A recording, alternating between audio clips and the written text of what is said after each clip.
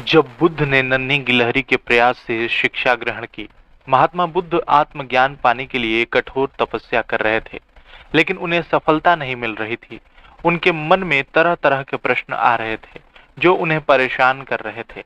काफी प्रयास करने के बाद भी उन्हें अपने प्रश्नों के उत्तर नहीं मिल रहे थे।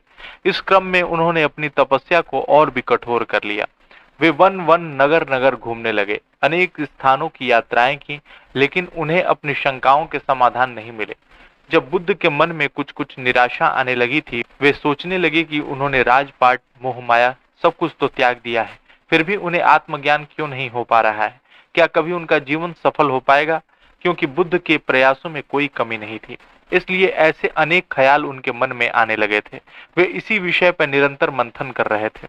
ऐसे ही एक दिन बुद्ध वन में ध्यान में बैठे थे। ध्यान से हटने के पश्चात उन्हें प्यास लगी। वे अपने आसन से उठे और जल पीने के लिए निकट के एक सरोवर की ओर गए। तभी उनका ध्यान वहां एक गिलहरी पर गया।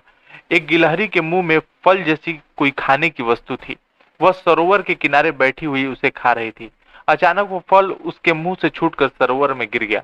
गिलहरी कुछ क्षण तक देखती रही, फिर उसने सरोवर में छलांग लगा दी। उस देर में गिलहरी सरोवर से बाहर निकली और उसने अपने शरीर पर लगा पानी वहां झाड़ दिया।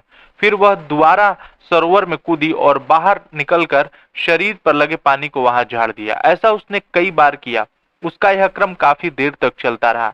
बुद्ध गिलहरी के इस कार्य को देख रहे थे, लेकिन गिलहरी इस सबसे अनजान अपने काम में जुटी हुई थी। बुद्ध भी सोचने लगे कि इसके इस प्रयास से इस सरोवर का जल कभी खत्म नहीं होगा और न ही इससे इसके मुंह से सरोवर में गिरा फल ही प्राप्त होगा। इसके बावजूद इसने हिम्मत नहीं हारी। यह सरोवर खाली करने के काम में पूरी हिम्मत से जुटी हुई है। अचानक बुद्ध को यह भान हुआ कि जब गिलहरी हिम्मत नहीं हार रही है, तो मैं तो मनुष्य हूँ। आत्मज्ञान प्राप्त नहीं होने पर निराश हो रहा हूँ। यह ज्ञान होते ही वह तपस्या के लिए चल दिए और एक दिन उन्हें आत्मज्ञान की भी प्राप्ति हो गई और वे भगवान बुद्ध हो गए।